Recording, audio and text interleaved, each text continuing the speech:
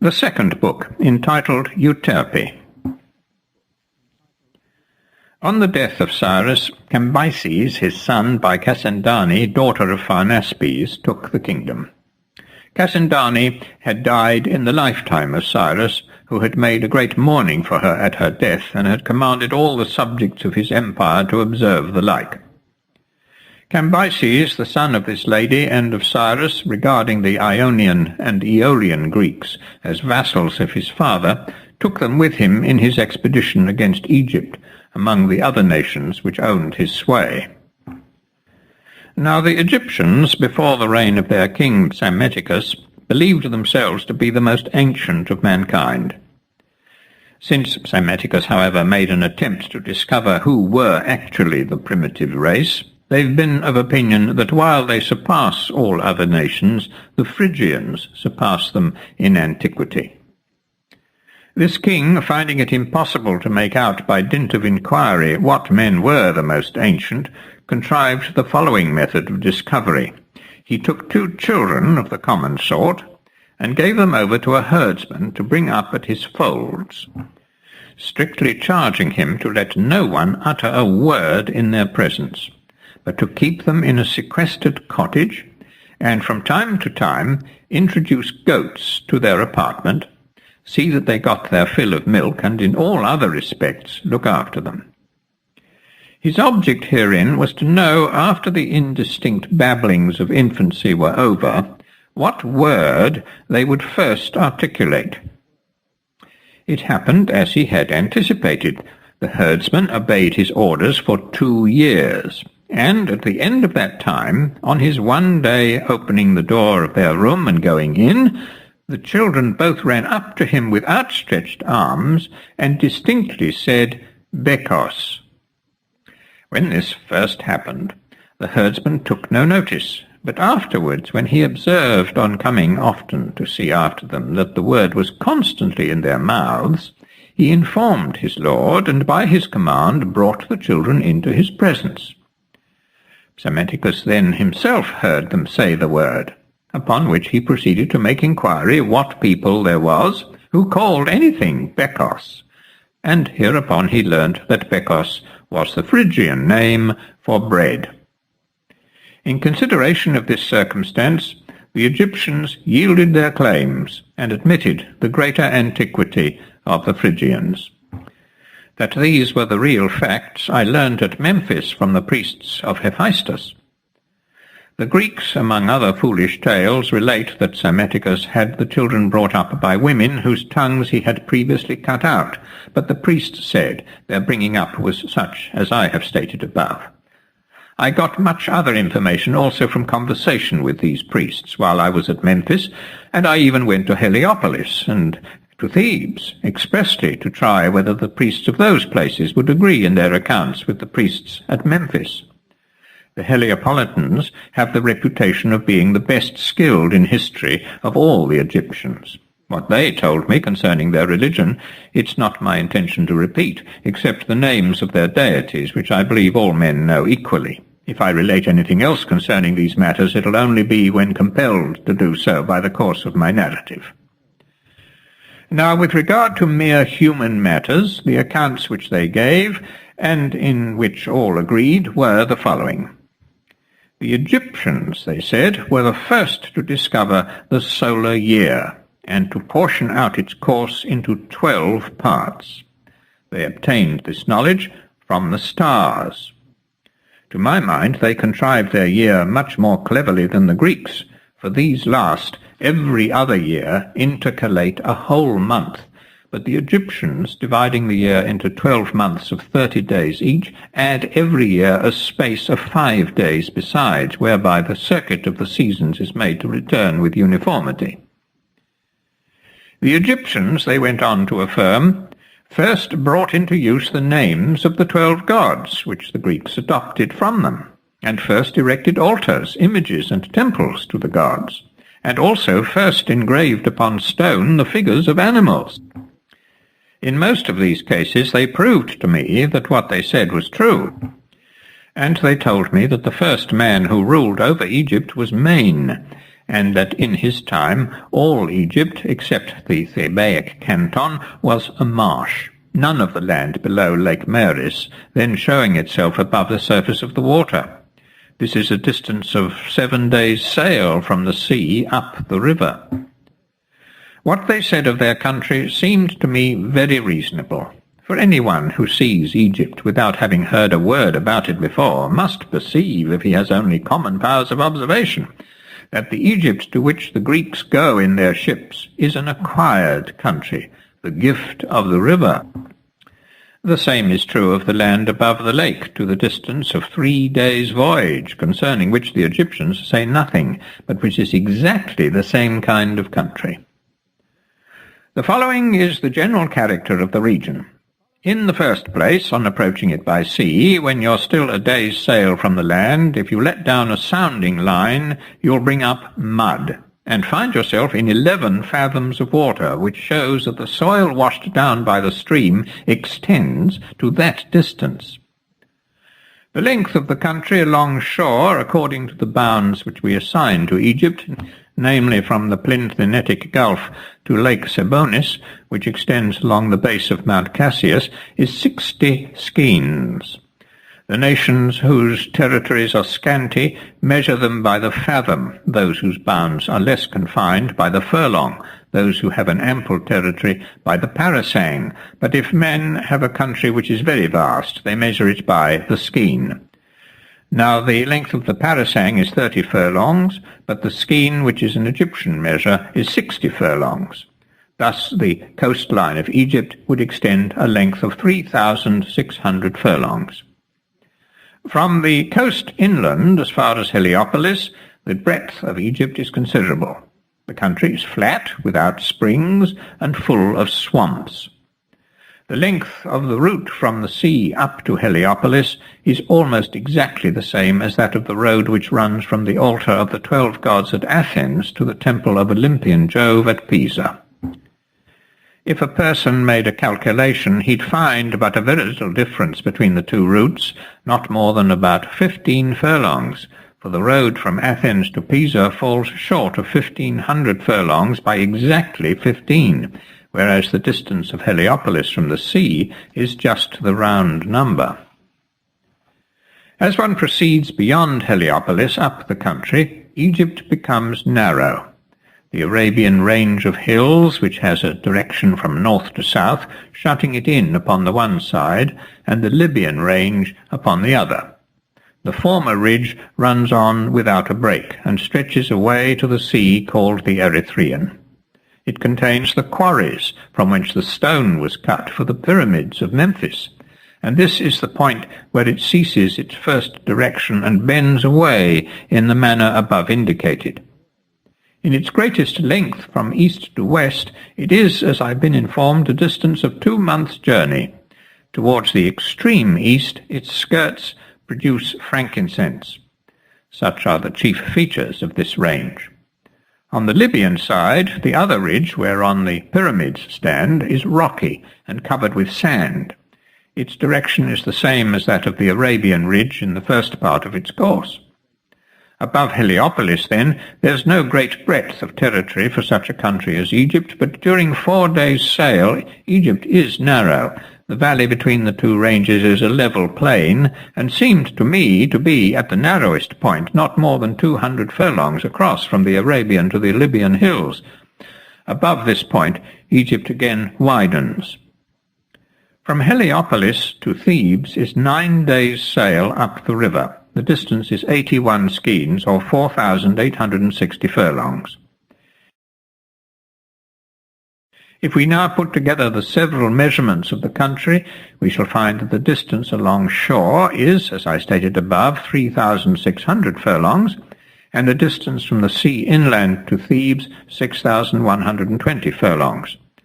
Further, it's a distance of 1,800 furlongs from Thebes to the place called Elephantine. The greatest portion of the country above described seemed to me to be, as the priests declared, a tract gained by the inhabitants, for for the whole region above Memphis, lying between the two ranges of hills that have been spoken of, appeared evidently to have formed at one time a gulf of the sea.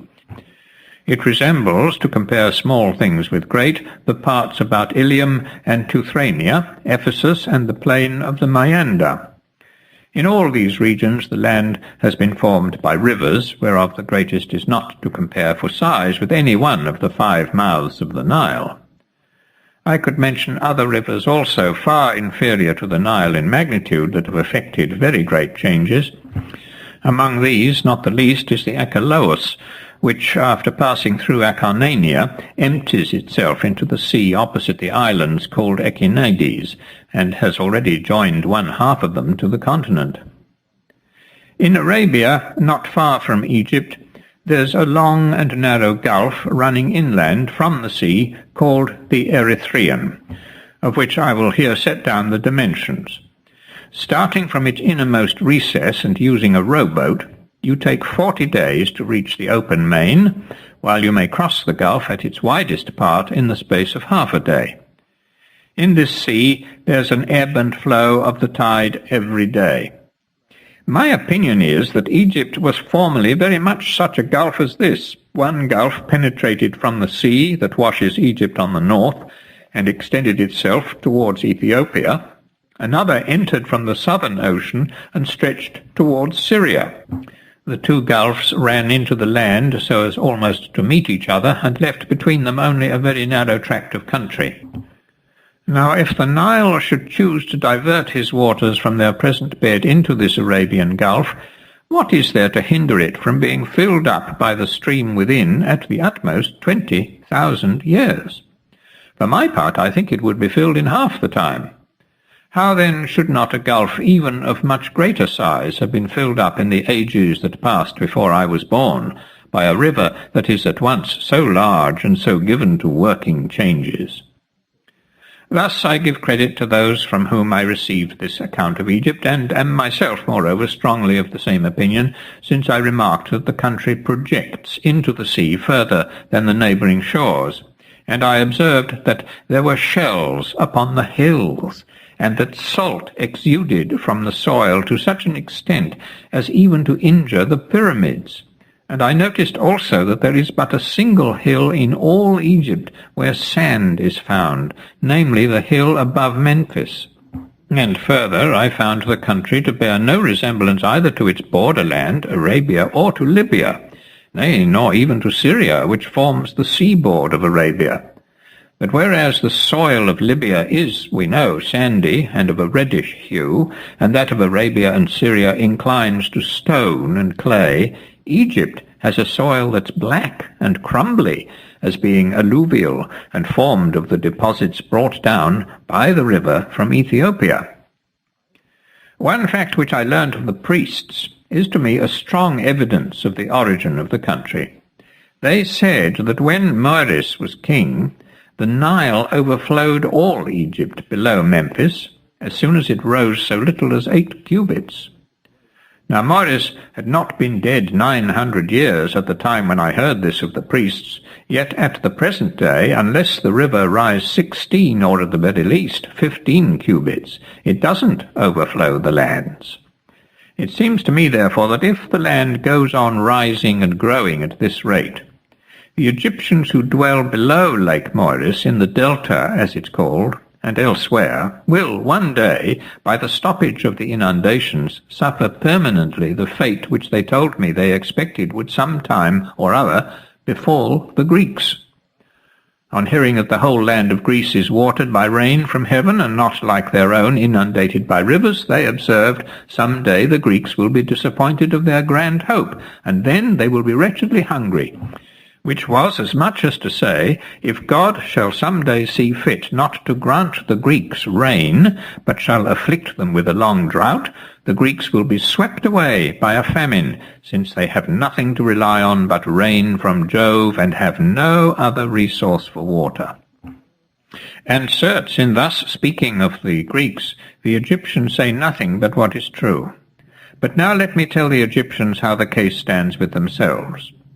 If, as I said before, the country below Memphis, which is the land that is always rising, continues to increase in height at the rate at which it has risen in times gone by, how will it be possible for the inhabitants of that region to avoid hunger when they'll certainly have no rain, and the river will not be able to overflow their cornlands? At present, it must be confessed, they obtain the fruits of the field with less trouble than any other people in the world, the rest of the Egyptians included, since they have no need to break up the ground with the plough, nor to use the hoe, nor to do any of the work which the rest of mankind finds necessary if they are to get a crop. But the husbandman waits till the river has of its own accord spread itself over the fields and withdrawn again to its bed, and then sows his plot of ground, and after sowing turns his swine into it. The swine tread in the corn, after which he has only to await the harvest. The swine serve him also to thrash the grain, which is then carried to the garner. If, then, we choose to adopt the views of the Ionians concerning Egypt, we must come to the conclusion that the Egyptians had formerly no country at all. For the Ionians say that nothing is really Egypt but the delta, which extends along shore from the watchtower of Perseus, as it's called, to the Pelusiac salt pans, a distance of 40 skeins, and stretches inland as far as the city of Carcassonne, where the Nile divides into the two streams which reach the sea at Pelusium and Canobus, respectively. The rest of what's accounted Egypt belongs, they say, either to Arabia or Libya. But the delta, as the Egyptians affirm, and as I myself am persuaded, is formed of the deposits of the river, and has only recently, if I may use the expression, come to light. If then they had formerly no territory at all, how came they to be so extravagant as to fancy themselves the most ancient race in the world? Surely there was no need of their making the experiment with the children to see what language they would first speak. But in truth I don't believe that the Egyptians came into being at the same time with the delta, as the Ionians call it. I think they've always existed ever since the human race began. As the land went on increasing, part of the population came down into the new country, part remained in their old settlements. In ancient times the Thebes bore the name of Egypt, a district of which the entire circumference is but 6,120 furlongs. If then my judgment on these matters be right, the Ionians are mistaken in what they say of Egypt. If, on the contrary, it's they who are right, then I undertake to show that neither the Ionians nor any of the other Greeks know how to count, for they all say that the earth is divided into three parts, Europe, Asia, and Libya, whereas they ought to add a fourth part, the delta of Egypt, since they don't include it either in Asia or Libya. For is it not their theory that the Nile separates Asia from Libya? As the Nile therefore splits in two at the apex of the delta itself must be a separate country, not contained in either Asia or Libya. Here I take my leave of the opinions of the Ionians, and proceed to deliver my own sentiments on these subjects. I consider Egypt to be the whole country inhabited by the Egyptians, just as Cilicia is the tract occupied by the Cilicians, and Assyria that possessed by the Assyrians. And I regard the only proper boundary line between Libya and Asia to be that which is marked out by the Egyptian frontier. For if we take the boundary line commonly received by the Greeks, we must regard Egypt as divided along its whole length from Elephantine and the Cataracts to Carcassonne into two parts, each belonging to a different portion of the world, one to Asia, the other to Libya. Since the Nile divides Egypt in two from the Cataracts to the sea, running as far as the city of Carcassonne in a single stream, but at that point separating into three branches, whereof the one which bends eastward is called the Pelusiac mouth, and that which slants to the west the Canobic. Meanwhile, the straight course of the stream, which comes down from the upper country and meets the apex of the delta, continues on, dividing the delta down the middle, and carries as large a body of water as most of the others, the mouth called the Sebennytic. Besides these, there are two other mouths which run out of the Sebennytic, called respectively the Saitic and the Mendesian. The Bolbetine mouth and the Bucolic are not natural branches, but channels made by excavation. My judgment as to the extent of Egypt is confirmed by an oracle delivered at the shrine of Ammon, of which I had no knowledge at all until after I had formed my opinion.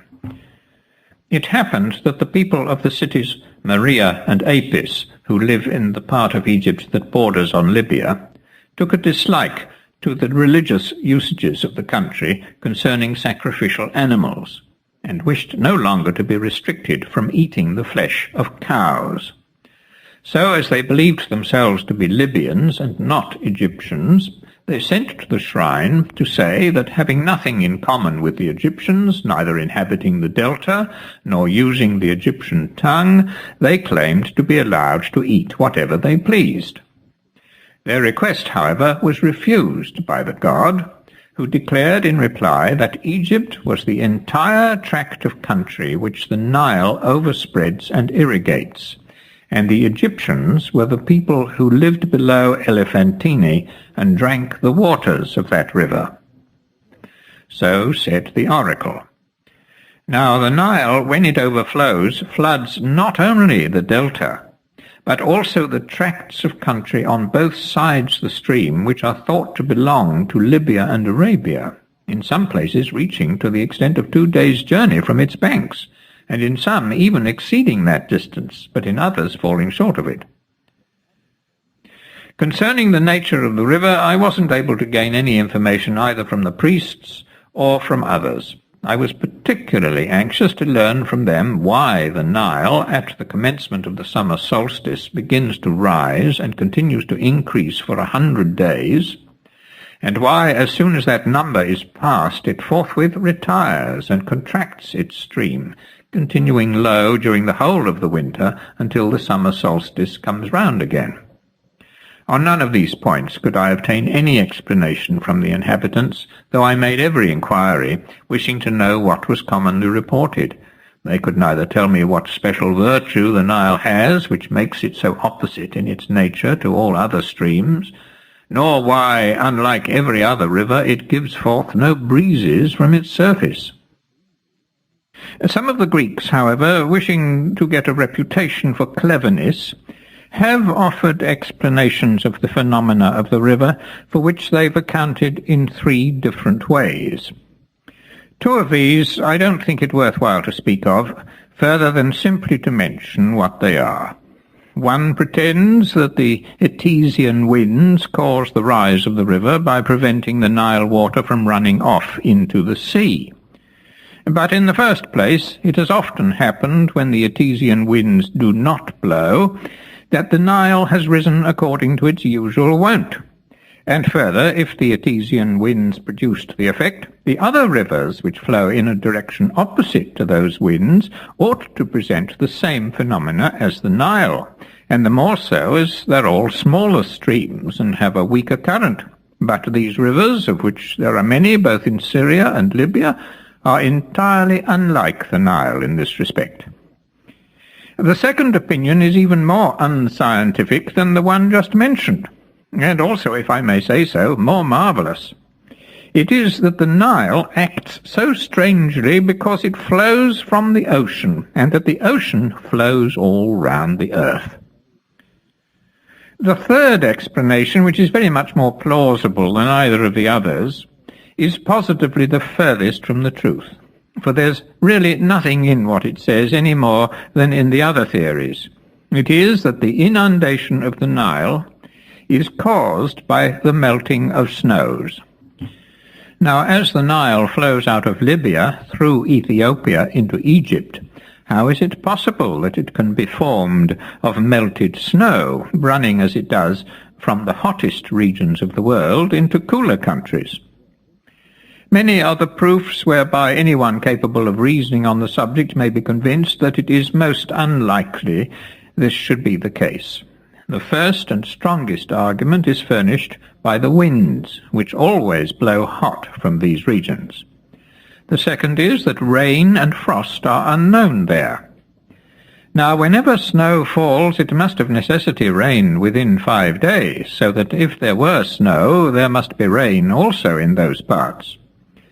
Thirdly, it's certain that the natives of the country are black with the heat, that the kites and the swallows remain there the whole year, and that the cranes, when they fly from the rigours of a Scythian winter, flock thither to pass the cold season. If then in the country whence the Nile has its source, or in that through which it flows, there fell ever so little snow, it's absolutely impossible that any of these circumstances could take place.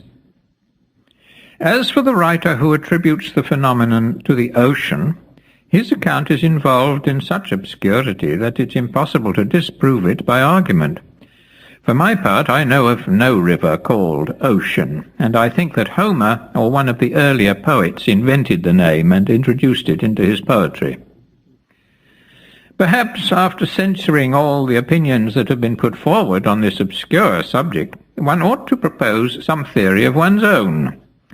I'll therefore proceed to explain what I think to be the reason of the Nile's swelling in the summertime. During the winter, the sun is driven out of his usual course by the storms, and removes to the upper parts of Libya. This is the whole secret in the fewest possible words, for it stands to reason that the country to which the sun-god approaches the nearest, and which he passes most directly over, will be scantest of water, and that there the streams which feed the rivers will shrink the most. To explain, however, more at length, the case is this. The sun, in his passage across the upper parts of Libya, affects them in the following way. As the air in those regions is constantly clear, and the country warm through the absence of cold winds, the sun, in his passage across them, acts upon them exactly as he is wont to act elsewhere in summer, when his path is in the middle of heaven. That is, he attracts the water. After attracting it, he again repels it into the upper regions, where the winds lay hold of it, scatter it, and reduce it to a vapour, whence it naturally enough comes to pass that the winds which blow from this quarter, the south and southwest, are of all winds the most rainy. And my own opinion is that the sun does not get rid of all the water which he draws year by year from the Nile, but retains some about him. When the winter begins to soften, the sun goes back again to his old place in the middle of the heaven, and proceeds to attract water equally from all countries. Till then, the other rivers run big from the quantity of rainwater which they bring down from countries where so much moisture falls that all the land is cut into gullies. But in summer, when the showers fail and the sun attracts their water, they become low. The Nile, on the contrary, not deriving any of its bulk from rains, and being in winter subject to the attraction of the sun, naturally runs at that season, unlike all other streams, with a less burthen of water than in the summer-time. For in summer it's exposed to attraction equally with all other rivers, but in winter it suffers alone. The sun, therefore, I regard as the sole cause of the phenomenon. It's the sun also, in my opinion, which, by heating the space through which it passes, makes the air in Egypt so dry. There is thus perpetual summer in the upper parts of Libya. Were the position of the heavenly regions reversed, so that the place where now the north wind and the winter have their dwelling became the station of the south wind and of the noonday, while, on the other hand, the station of the south wind became that of the north, the consequence would be that the sun, driven from the mid-heaven by the winter and the northern gales, would betake himself to the upper parts of Europe, as he now does to those of Libya. And then, I believe, his passage across Europe would affect the Ister exactly as the Nile is affected at the present day. And with respect to the fact that no breeze blows from the Nile, I'm of opinion that no wind is likely to arise in very hot countries, for breezes love to blow from some cold quarter. Let's leave these things, however, to their natural course, to continue as they are and have been from the beginning. With regard to the sources of the Nile, I found no one among all those with whom I've conversed, whether Egyptians, Libyans, or Greeks, who professed to have any knowledge except a single person. He was the scribe who kept the register of the sacred treasures of Athena in the city of Sais, and he did not seem to me to be in earnest when he said that he knew them perfectly well. His story was as follows. Between Syene, a city of the Thebes, and the Elephantine, there are, he said, 2 hills with sharp conical tops. The name of the one is Crophi, of the other Mophi. Midway between them are the fountains of the Nile, fountains which it's impossible to fathom. Half the water runs northward into Egypt, half to the south towards Ethiopia. The fountains were known to be unfathomable, he declared, because Psammetichus, an Egyptian king, had made trial of them. He'd caused a rope to be made, many thousand fathoms in length, and had sounded the fountain with it, but could find no bottom. And by this the scribe gave me to understand, if there was any truth at all in what he said, that in this fountain there are certain strong eddies, and a regurgitation, owing to the force wherewith the water dashes against the mountains, and hence a sounding line cannot be got to reach the bottom of the spring. No other information on this head could I obtain from any quarter. All that I succeeded in learning further of the more distant portions of the Nile by ascending myself as high as Elephantine, and making inquiries concerning the parts beyond, was the following. As one advances beyond Elephantine, the land rises. Hence it's necessary in this part of the river to attach a rope to the boat on each side, as men harness an ox, and so proceed on the journey. If the rope snaps, the vessel is borne away downstream by the force of the current. The navigation continues the same for 4 days, the river winding greatly like the Meander, and the distance traversed amounting to 12 skeins. Here you come upon a smooth and level plain, where the Nile flows in 2 branches, round an island called Tecumseh. The country above Elephantine is inhabited by the Ethiopians, who possess 1/2 of this island, the Egyptians occupying the other. Above the island there's a great lake, the shores of which are inhabited by Ethiopian nomads. After passing it, you come again to the stream of the Nile, which runs into the lake. Here you land, and travel for 40 days along the banks of the river, since it's impossible to proceed further in a boat on account of the sharp peaks which jut out from the water and the sunken rocks which abound in that part of the stream. When you've passed this portion of the river in the space of 40 days, you go on board another boat and proceed by water for 12 days more, at the end of which time you reach a great city called Meroe, which is said to be the capital of the other Ethiopians. The only gods worshipped by the inhabitants are Zeus and Dionysus, to whom great honours are paid. There's an oracle of Zeus in the city, which directs the warlike expeditions of the Ethiopians. When it commands, they go to war, and in whatever direction it bids them march, thither straightway they carry their arms. On leaving this city, and again mounting the stream, in the same space of time which it took you to reach the capital from Elephantine, you come to the deserters, who bear the name of Asmak. This work, translated into our language, means the men who stand on the left hand of the king. These deserters are Egyptians of the warrior caste, who to the number of 240,000 went over to the Ethiopians in the reign of King Psammetichus. The cause of their desertion was the following. 3 garrisons were maintained in Egypt at that time, one in the city of Elephantine against the Ethiopians, another in the Pelusiac Daphne against the Syrians and Arabians, and a third against the Libyans in Maria. The very same posts are to this day occupied by the Persians, whose forces are in garrison both in Daphne and in Elephantine. Now it happened that on one occasion the garrisons were not relieved during the space of 3 years.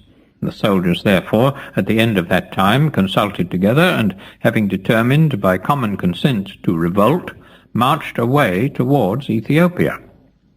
Psammetichus, informed of the movement, set out in pursuit, and coming up with them, besought them with many words not to desert the gods of their country, nor abandon their wives and children. "Nay, but," said one of the deserters with an unseemly gesture, "wherever we go, we are sure enough of finding wives and children." Arrived in Ethiopia, they placed themselves at the disposal of the king.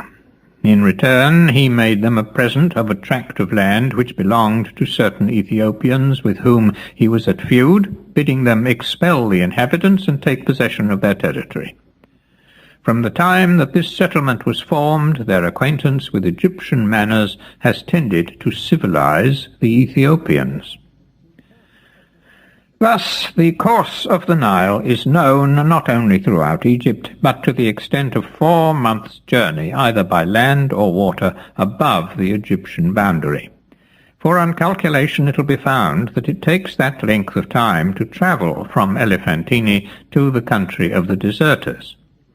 There, the direction of the river is from west to east. Beyond, no one has any certain knowledge of its course, since the country is uninhabited by reason of the excessive heat. I did hear, indeed, what I'll now relate from certain natives of Cyrene. Once upon a time, they said, they were on a visit to the oracular shrine of Ammon, when it chanced that in the course of conversation with Etearchus, the Ammonian king, the talk fell upon the Nile, how that its sources were unknown to all men. Etearchus upon this mentioned that some Nasamonians had once come to his court, and when asked if they could give any information concerning the uninhabited parts of Libya, had told the following tale. The Nasamonians are a Libyan race who occupy the Syrtis and a tract of no great size towards the east.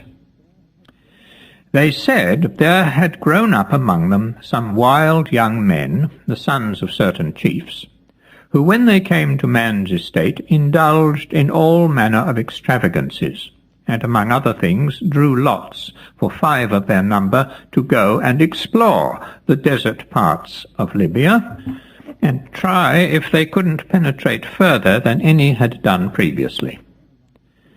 The coast of Libya along the sea, which washes it to the north throughout its entire length from Egypt to Cape Salois, which is its furthest point, is inhabited by Libyans of many distinct tribes who possess the whole tract except certain portions which belong to the Phoenicians and the Greeks.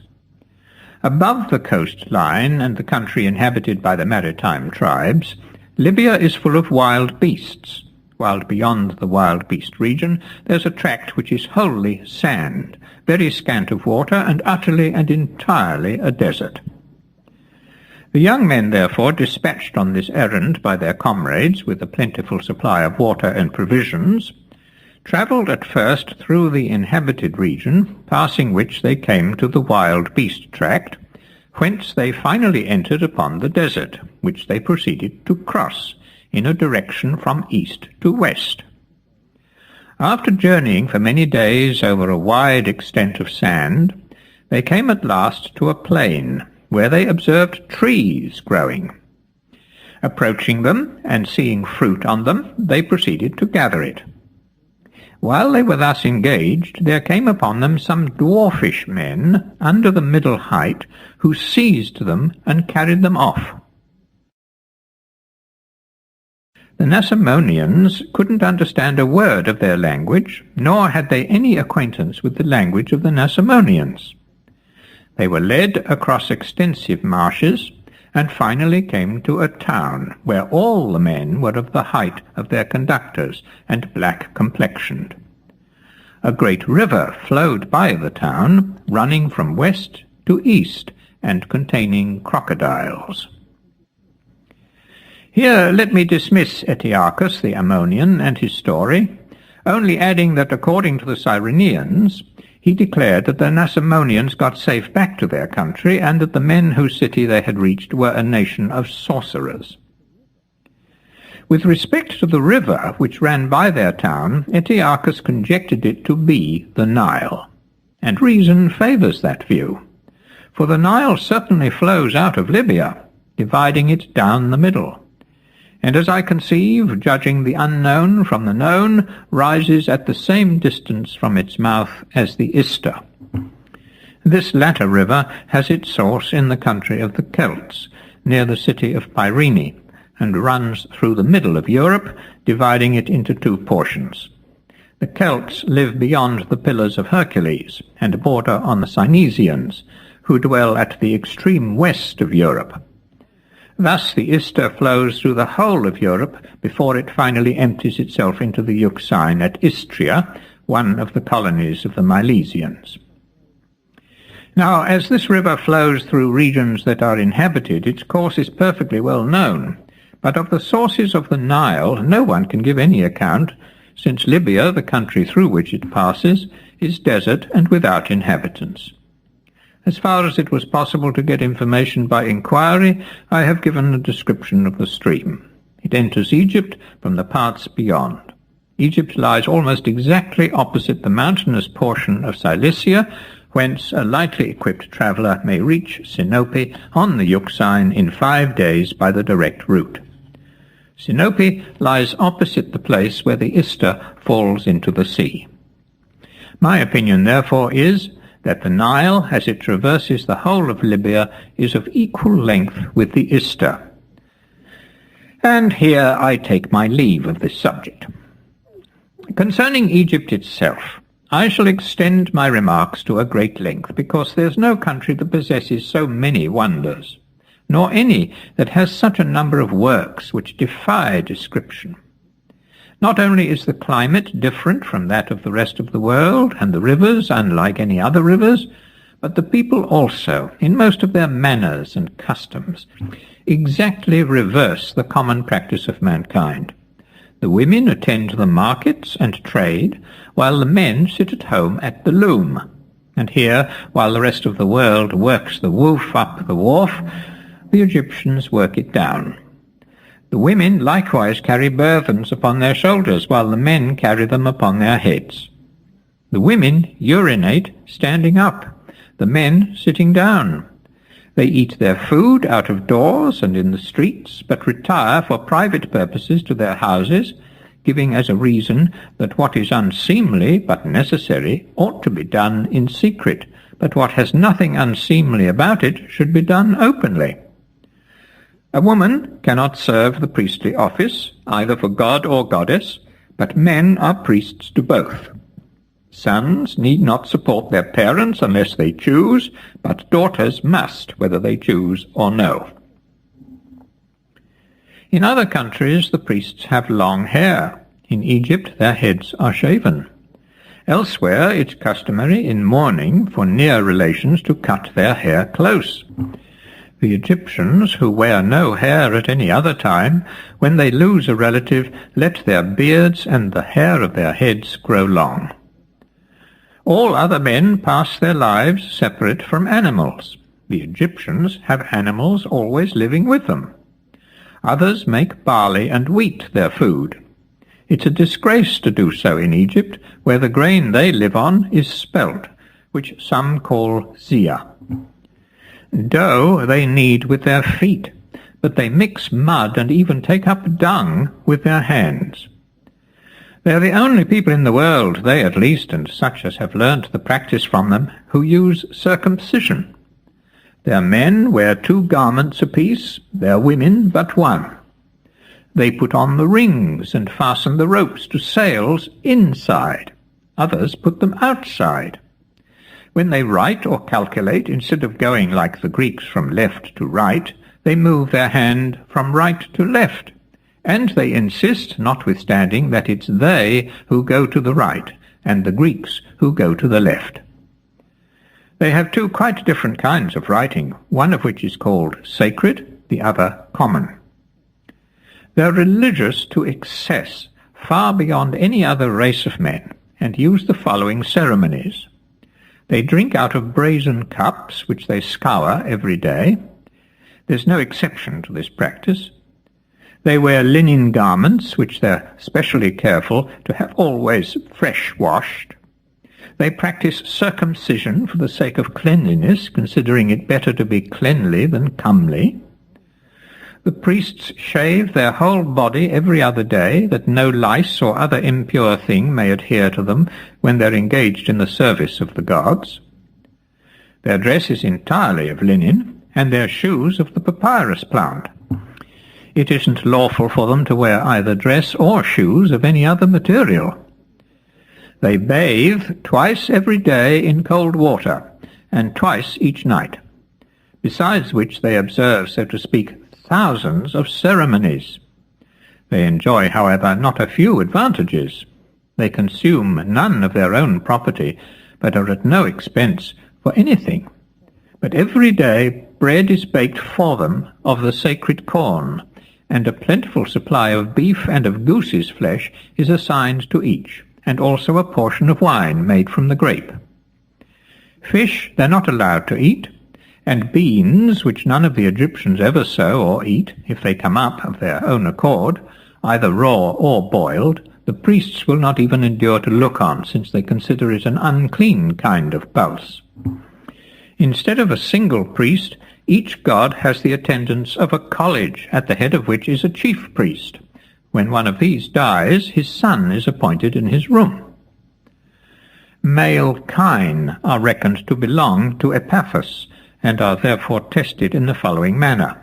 One of the priests appointed for the purpose searches to see if there is a single black hair on the whole body, since in that case the beast is unclean. He examines him all over, standing on his legs, and again laid upon his back, after which he takes the tongue out of his mouth, to see if it be clean in respect of the prescribed marks. What they are I'll mention elsewhere. He also inspects the hairs of the tail, to observe if they grow naturally. If the animal is pronounced clean in all these various points, the priest marks him by twisting a piece of papyrus round his horns, and attaching thereto some sealing clay, which he then stamps with his own signet ring. After this the beast is led away, and it's forbidden under the penalty of death to sacrifice an animal which has not been marked in this way. The following is their manner of sacrifice. They lead the victim, marked with their signet, to the altar, where they're about to offer it, and setting the wood alight, pour a libation of wine upon the altar in front of the victim, and at the same time invoke the god. Then they slay the animal, and cutting off his head, proceed to flay the body. Next they take the head, and heaping imprecations on it, if there's a marketplace and a body of Greek traders in the city, they carry it there and sell it instantly. If, however, there are no Greeks among them, they throw the head into the river. The imprecation is to this effect: they pray that if any evil is impending, either over those who sacrifice or over universal Egypt, it may be made to fall upon that head. These practices, the imprecations upon the heads and the libations of wine, prevail all over Egypt, and extend to victims of all sorts, and hence the Egyptians will never eat the head of any animal. The disemboweling and burning are, however, different in different sacrifices. I'll mention the mode in use with respect to the goddess whom they regard as the greatest, and honour with the chiefest festival. When they've flayed their steer, they pray, and when their prayer is ended, they take the paunch of the animal out entire, leaving the intestines and the fat inside the body. They then cut off the legs, the ends of the loins, the shoulders, and the neck, and having so done, they fill the body of the steer with clean bread, honey, raisins, figs, frankincense, myrrh, and other aromatics. Thus filled, they burn the body, pouring over it great quantities of oil. Before offering the sacrifice, they fast, and while the bodies of the victims are being consumed, they beat themselves. Afterwards, when they've concluded this part of the ceremony, they have the other parts of the victim served up to them for a repast. The male kine, therefore, if clean, and the male calves, are used for sacrifice by the Egyptians universally, but the females they are not allowed to sacrifice, since they are sacred to Isis. The statue of this goddess has the form of a woman, but with horns like a cow, resembling thus the Greek representations of Io. And the Egyptians, one and all, venerate cows much more highly than any other animal. This is the reason why no native of Egypt, whether man or woman, will give a Greek a kiss, or use the knife of a Greek, or his spit, or his cauldron, or taste the flesh of an ox, known to be pure, if it has been cut with a Greek knife. When kine die, the following is the manner of their sepulture. The females are thrown into the river. The males are buried in the suburbs of the towns, with one or both of their horns appearing above the surface of the ground, to mark the place. When the bodies are decayed, a boat comes, at an appointed time, from the island called Prosopitis, which is a portion of the delta 9 skeins in circumference, and calls at the several cities in order to collect the bones of the oxen. Prosopitis is a district containing several cities. The name of that from which the boats come is Atarbekis. Aphrodite has a temple there of much sanctity. Great numbers of men go forth from this city and proceed to the other towns, where they dig up the bones, which they take away with them and bury together in one place. The same practice prevails with respect to the interment of all other cattle, the law so determining they do not slaughter any of them. Such Egyptians as possess a temple of the Theban Jove, or live in the Thebaic canton, offer no sheep in sacrifice, but only goats. For the Egyptians don't all worship the same gods, excepting Isis and Osiris, the latter of whom they say is the Grecian Dionysus. Those, on the contrary, who possess a temple dedicated to Mendes, or belong to the Mendesian canton, abstain from offering goats and sacrifice sheep instead.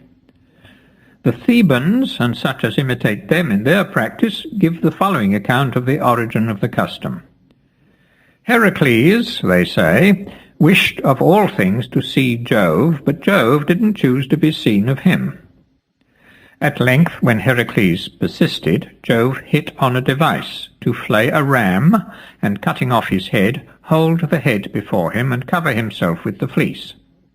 In this guise he showed himself to Heracles.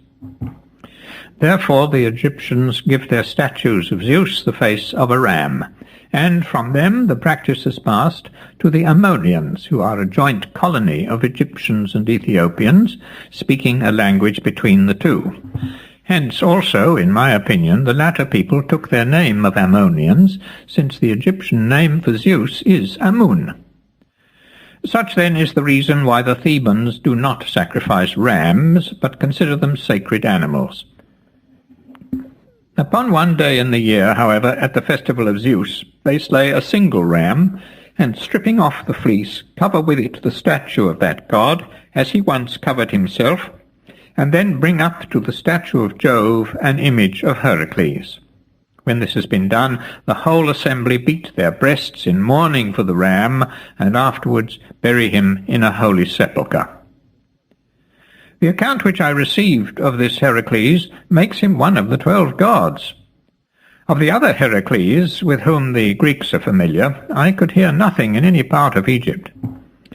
That the Greeks, however, those I mean who gave the son of Amphitryon that name, took the name from the Egyptians, and not the Egyptians from the Greeks, is, I think, clearly proved, among other arguments, by the fact that both the parents of Heracles, Amphitryon, as well as Alcmena, were of Egyptian origin. Again, the Egyptians disclaim all knowledge of the names of Poseidon and the Dioscuri, and do not include them in the number of their gods. But had they adopted the name of any god from the Greeks, these would have been the likeliest to obtain notice, since the Egyptians, as I am well convinced, practised navigation at that time, and the Greeks also were some of them mariners, so that they would have been more likely to know the names of these gods than that of Heracles. But the Egyptian Heracles is one of their ancient gods. 17,000 years before the reign of Amasis, the 12 gods were, they affirm, produced from the 8, and of these 12 Heracles is one. In the wish to get the best information that I could on these matters, I made a voyage to Tyre in Phoenicia, hearing there was a temple of Heracles in that place, very highly venerated. I visited the temple, and found it richly adorned with a number of offerings, among which were 2 pillars, one of pure gold, the other of emerald, shining with great brilliancy at night. In a conversation which I held with the priests, I inquired how long their temple had been built, and found by their answer that they too differed from the Greeks. They said that the temple was built at the same time that the city was founded, and that the foundation of the city took place 2,300 years ago. In Tyre I remarked another temple where the same god was worshipped as the Thasian Heracles, so I went on to Thasos, where I found a temple of Heracles which had been built by the Phoenicians who colonized that island when they sailed in search of Europa. Even this was 5 generations earlier than the time when Heracles, son of Amphitryon, was born in Greece. These researches show plainly that there is an ancient god, Heracles, and my own opinion is that those Greeks act most wisely who build and maintain 2 temples of Heracles, in the one of which the Heracles worshipped is known by the name of Olympian, and has sacrifice offered to him as an immortal, while in the other the honours paid are such as are due to a hero. The Greeks tell many tales without due investigation, and among them the following silly fable respecting Heracles. Heracles, they say, went once to Egypt, and there the inhabitants took him, and putting a chaplet on his head, led him out in solemn procession, intending to offer him a sacrifice to Zeus. For a while he submitted quietly, but when they led him up to the altar and began the ceremonies, he put forth his strength and slew them all. Now to me it seems that such a story proves the Greeks to be utterly ignorant of the character and customs of the people. The Egyptians do not think it allowable even to sacrifice cattle, excepting sheep and the male kine and calves, provided they be pure, and also geese. How then can it be believed that they would sacrifice men? And again, how would it have been possible for Heracles alone, and, as they confess, a mere mortal, to destroy so many thousands? In saying thus much concerning these matters, may I incur no displeasure, either of god or hero. I mentioned above that some of the Egyptians abstain from sacrificing goats, either male or female. The reason is the following. These Egyptians, who are the Mendesians, consider Pan to be one of the 8 gods who existed before the 12, and Pan is represented in Egypt by the painters and the sculptors, just as he is in Greece, with the face and legs of a goat. They don't, however, believe this to be his shape, or consider him in any respect unlike the other gods, but they represent him thus for a reason which I prefer not to relate. The Mendesians hold all goats in veneration, but the male more than the female, giving the goatherds of the males especial honour. One is venerated more highly than all the rest, and when he dies there's a great mourning throughout all the Mendesian canton. In Egyptian, The goat and Pan are both called Mendes. A marvel occurred in my time in this canton, a goat coupled openly with a woman in full view. This was done as a public exhibition. The pig is regarded among them as an unclean animal, so much so that if a man in passing accidentally touch a pig, he instantly hurries to the river and plunges in with all his clothes on. Hence too the swineherds, notwithstanding that they are of pure Egyptian blood, are forbidden to enter into any of the temples which are open to all other Egyptians. And further, no one will give his daughter in marriage to a swineherd, or take a wife from among them, so that the swineherds are forced to intermarry among themselves.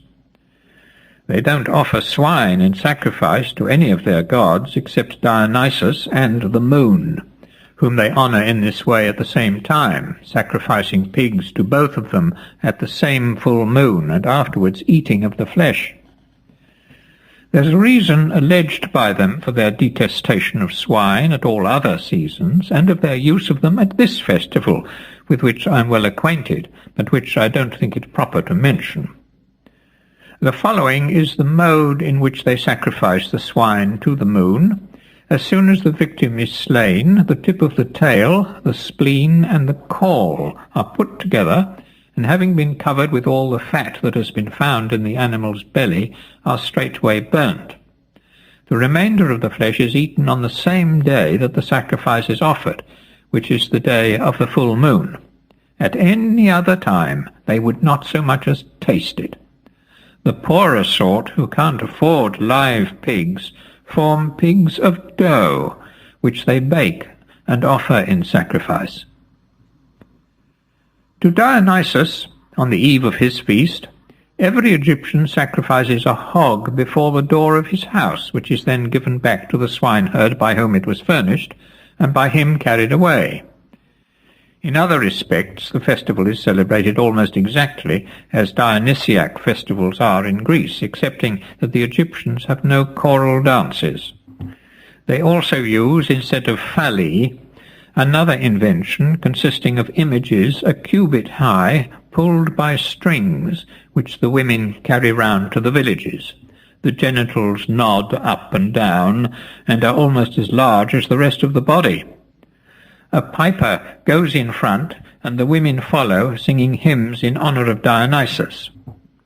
They give a religious story for why the genitals are larger and the only movable part of the body. Melampus, the son of Amethion, cannot, I think, have been ignorant of this ceremony. Nay, he must, I should conceive, have been well acquainted with it. He it was who introduced into Greece the name of Dionysus, the ceremonial of his worship, and the procession of the phallus. He didn't, however, so completely apprehend the whole doctrine as to be able to communicate it entirely, but various sages since his time have carried out his teaching to greater perfection. Still, it's certain that Melampus introduced the phallus, and that the Greeks learned from him the ceremonies which they now practice. I therefore maintain that Melampus, who was a wise man, and had acquired the art of divination, having become acquainted with the worship of Dionysus through knowledge derived from Egypt, introduced it into Greece with a few slight changes, at the same time that he brought in various other practices. For I can by no means allow that it is by mere coincidence that the Dionysiac ceremonies in Greece are so nearly the same as the Egyptian. They would then have been more Greek in their character and less recent in their origin. Much less can I admit that the Egyptians borrowed these customs, or any other, from the Greeks. My belief is that Melampus got his knowledge of them from Cadmus the Tyrian, and the followers whom he brought from Phoenicia into the country which is now called Boeotia. Almost all the names of the gods came into Greece from Egypt. My inquiries prove that they were all derived from a foreign source, and my opinion is that Egypt furnished the greater number. For with the exception of Poseidon and the Dioscuri, whom I mentioned above, and Hera, Hestia, Themis, the Graces, and the Nereids, The other gods have been known from time immemorial in Egypt.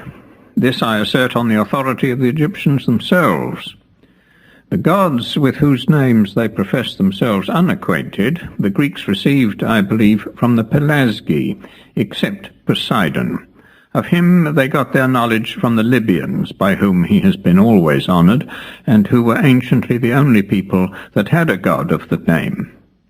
The Egyptians differ from the Greeks also in paying no divine honours to heroes. Besides these which have been here mentioned, there are many other practices, whereof I shall speak hereafter, which the Greeks have borrowed from Egypt. However, the fashioning of statues of Hermes with the genitals erect, they learnt not from the Egyptians, but from the Pelasgi. From them the Athenians first adopted it, and afterwards it passed from the Athenians to the other Greeks. For just at the time when the Athenians were entering into the Hellenic body, the Pelasgi came to live with them in their country, whence it was that the latter came first to be regarded as Greeks. Whoever has been initiated into the mysteries of the Kabiri will understand what I mean. The Samothracians received these mysteries from the Pelasgi, who, before they went to live in Attica, were dwellers in Samothrace and imparted their religious ceremonies to the inhabitants. The Athenians, then, who were the first of all the Greeks to make their statues of Hermes with genitals erect, learnt the practice from the Pelasgians, and by this people a religious account of the matter is given, which is explained in the Samothracian mysteries. In early times, the Pelasgi, as I know by information which I got at Dodona, offered sacrifices of all kinds and prayed to the gods, but had no distinct names or appellations for them, since they had never heard of any.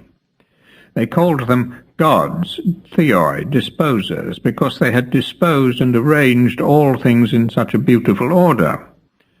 After a long lapse of time, the names of the gods came to Greece from Egypt, and the Pelasgi learnt them, only as yet they knew nothing of Dionysus, of whom they first heard at a much later date. Not long after the arrival of the names, they sent to consult the oracle at Dodona about them. This is the most ancient oracle in Greece, and at that time there was no other.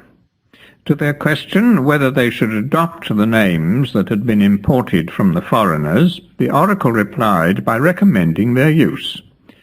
Thenceforth, in their sacrifices, the Pelasgi made use of the names of the gods, but from them the names passed afterwards to the Greeks. Whether the gods severally sprang, whether or no they had all existed from eternity, what forms they bore, these are questions of which the Greeks knew nothing until the other day, so to speak. For Homer and Hesiod were the first to compose theogonies and to give the gods their epithets, to allot them their several offices and occupations, and describe their forms. And they lived but 400 years before my time, as I believe. As for the poets, who are thought by some to be earlier than these, they are, in my judgment, decidedly later writers. In these matters I have the authority of the priestesses of Dodona for the former portion of my statements. What I've said of Homer and Hesiod is my own opinion. The following tale is commonly told in Egypt concerning the oracle of Dodona in Greece, and that of Ammon in Libya. My informants on the point were the priests of Zeus at Thebes. They said that 2 of the sacred women were once carried off from Thebes by the Phoenicians, and that the story went that one of them was sold into Libya and the other into Greece, and these women were the first founders of the oracles in the 2 countries. On my inquiring how they came to know so exactly what became of the women, they answered that a diligent search had been made after them at the time, but that it hadn't been found possible to discover where they were. Afterwards, however, they received the information which they'd given me. This was what I heard from the priests at Thebes. At Dodona, however, the women who deliver the oracles relate the matter as follows. 2 black doves flew away from Egyptian Thebes, and while one directed its flight to Libya, the other came to them. She alighted on an oak, and sitting there began to speak with a human voice, and told them that on the spot where she was there should thenceforth be an oracle of Jove. They understood the announcement to be from heaven, so they set to work at once and erected the shrine. The dove which flew to Libya bade the Libyans to establish there the oracle of Ammon. This likewise is an oracle of Zeus. The persons from whom I received these particulars were 3 priestesses of the Dodonaeans, the eldest Promenea, the next Timarete, and the youngest Nicandra. What they said was confirmed by the other Dodonaeans who dwell around the temple. My own opinion of these matters is as follows. I think that if it be true that the Phoenicians carried off the holy women and sold them for slaves, the one into Libya and the other into Greece, or Pelasgia as it was then called, this last must have been sold to the Thesprotians. Afterwards, while undergoing servitude in those parts, she built under a real oak a temple to Zeus, her thoughts in her new abode reverting, as it was likely they would do if she had been an attendant in a temple of Zeus at Thebes, to that particular god. Then, having acquired a knowledge of the Greek tongue, she set up an oracle. She also mentioned that her sister had been sold for a slave into Libya by the same persons as herself. The Dodonaeans called the women doves because they were foreigners, and seemed to them to make a noise like birds. After a while the dove spoke with a human voice, because the woman whose foreign talk had previously sounded to them like the chattering of a bird acquired the power of speaking what they could understand. For how can it be conceived possible that a dove should really speak with the voice of a man? Lastly, by calling the dove black, the Dodonaeans indicated that the woman was an Egyptian, and certainly the character of the oracles at Thebes and Dodona is very similar. Besides this form of divination, the Greeks learnt also divination by means of victims from the Egyptians.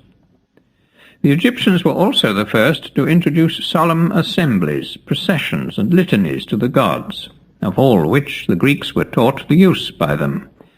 It seems to me a sufficient proof of this that in Egypt these practices have been established from remote antiquity, while in Greece they are only recently known.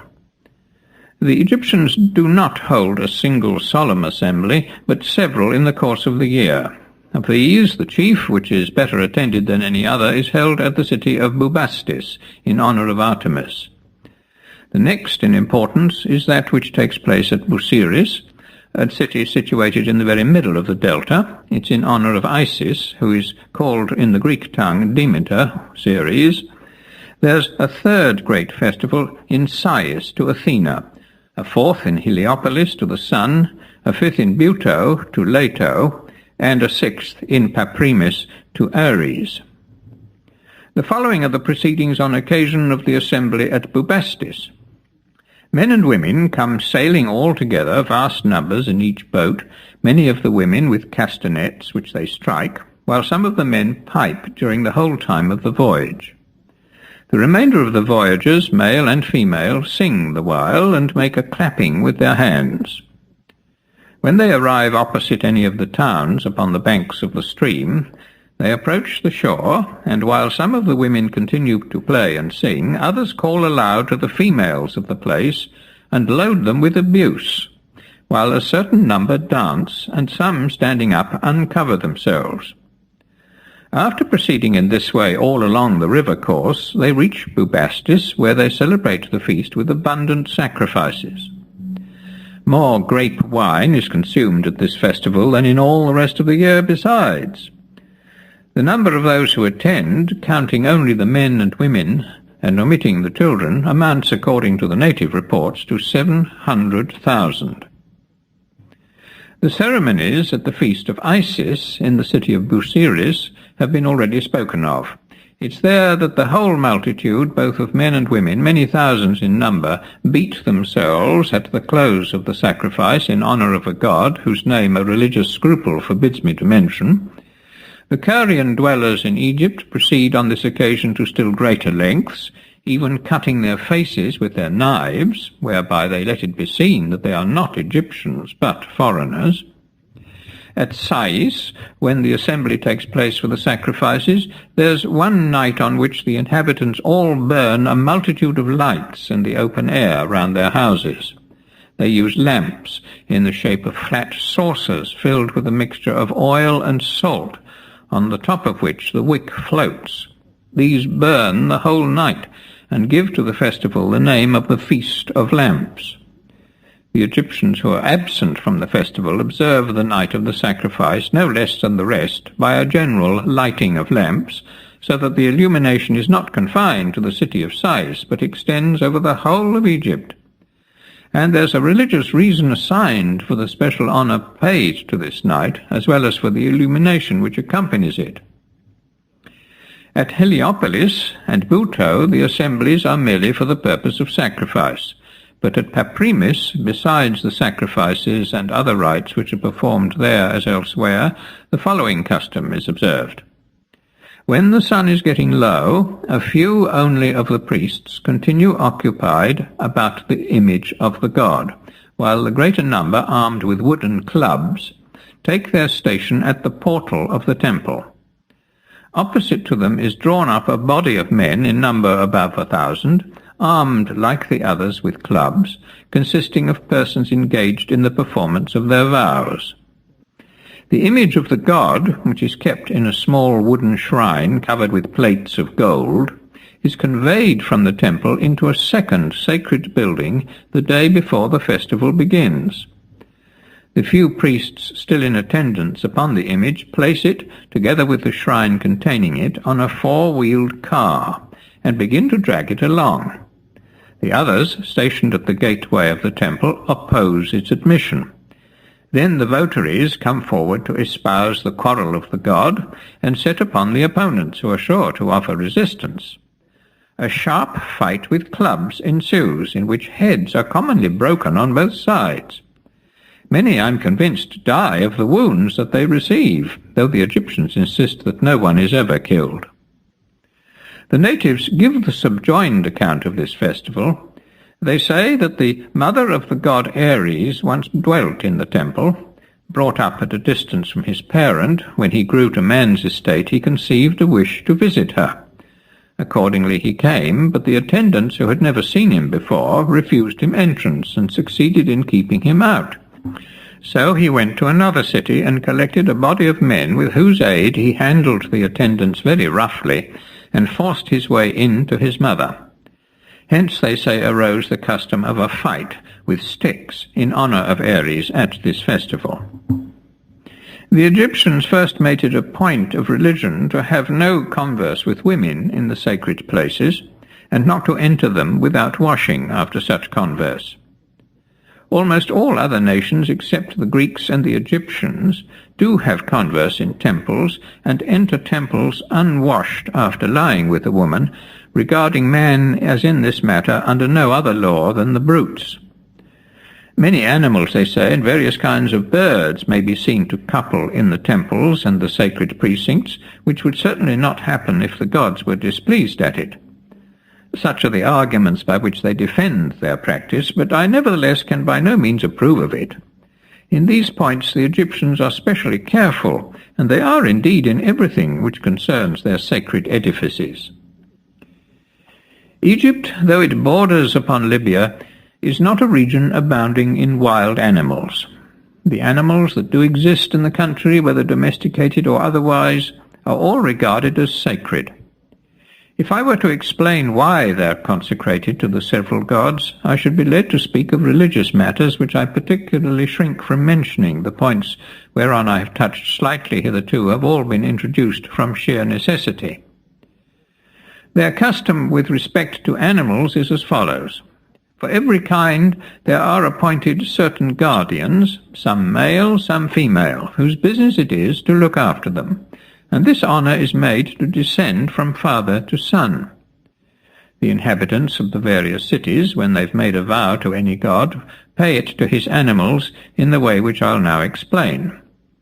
At the time of making the vow, they shave the head of the child, cutting off all the hair, or else half, or sometimes a third part, which they then weigh in a balance against a sum of silver.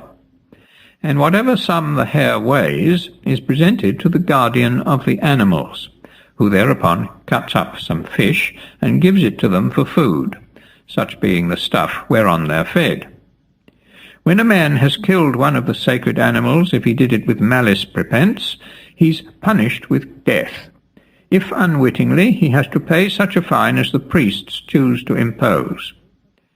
When an ibis, however, or a hawk is killed, whether it was done by accident or on purpose, the man must needs die. The number of domestic animals in Egypt is very great, and would be still greater were it not for what befalls the cats. As the females, when they've kittened, no longer seek the company of the males, these last, to obtain once more their companionship, practice a curious artifice.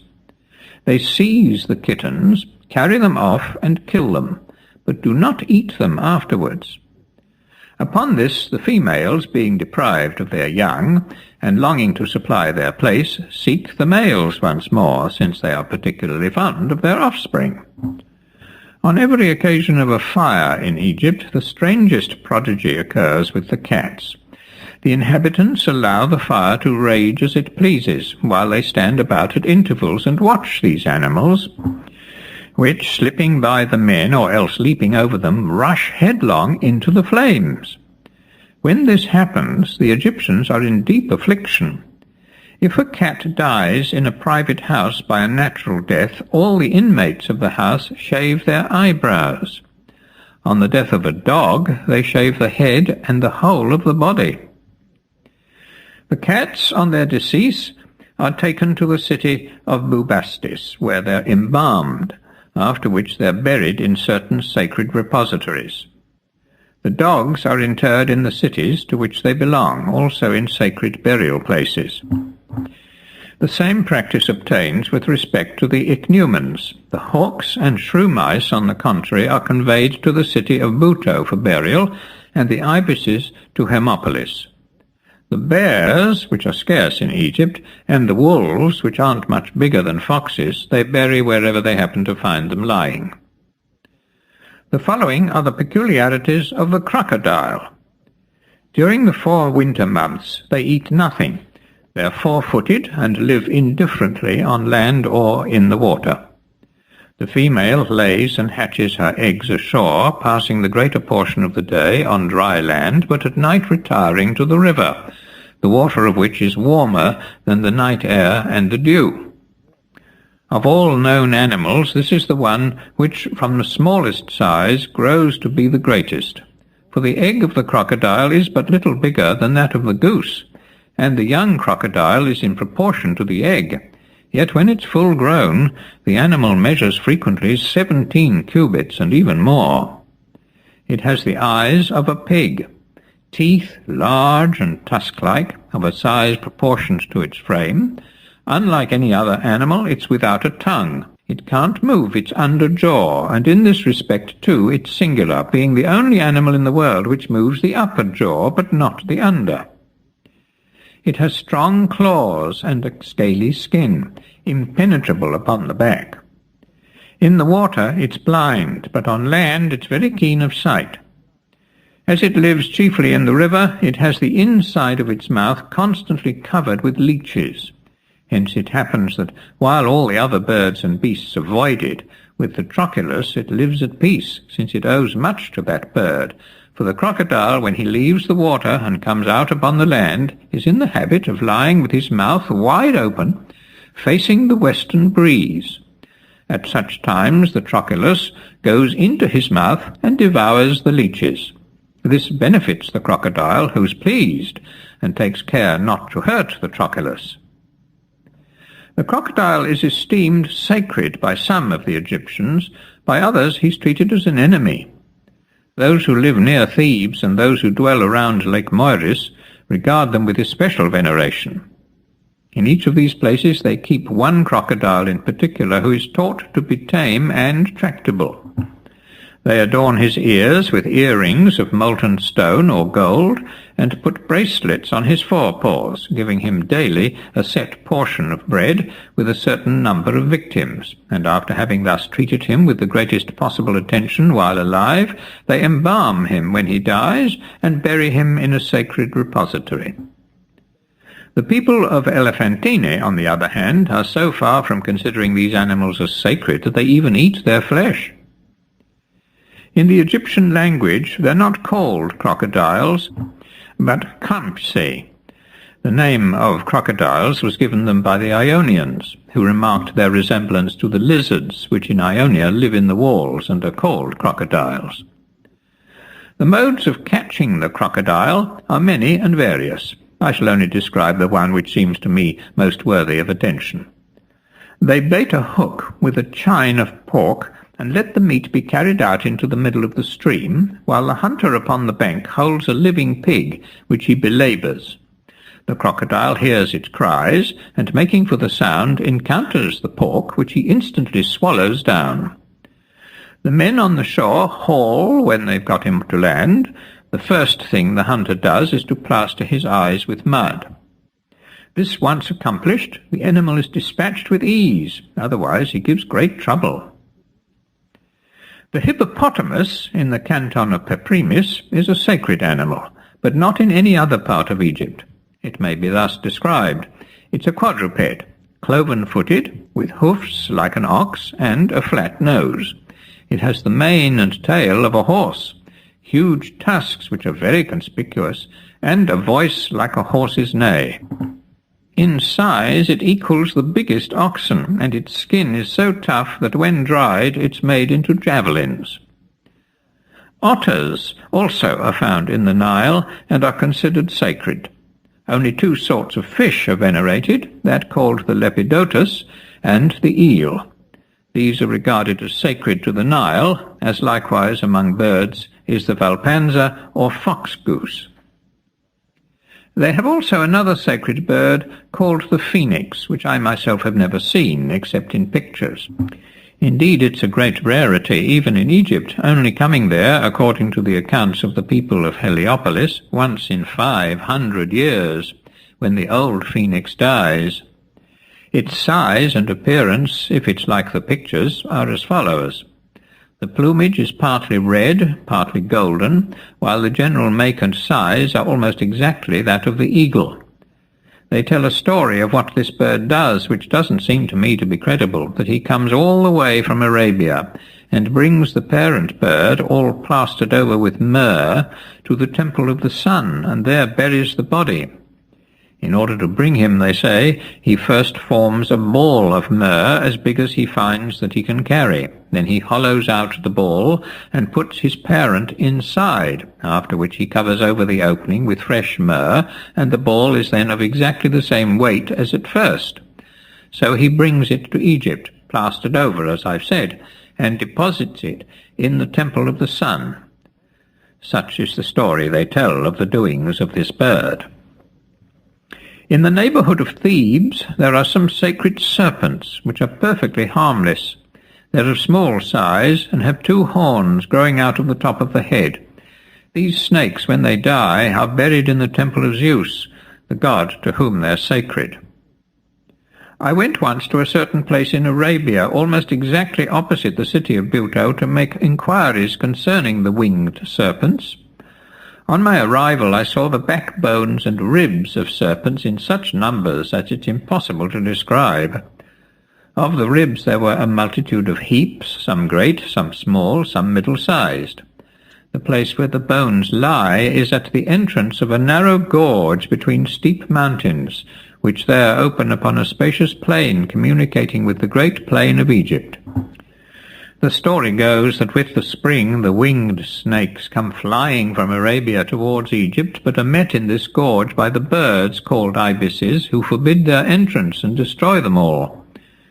The Arabians assert, and the Egyptians also admit, that it's on account of the service thus rendered that the Egyptians hold the ibis in so much reverence. The ibis is a bird of a deep black colour, with legs like a crane. Its beak is strongly hooked, and its size is about that of the landrail. This is a description of the black ibis which contends with the serpents.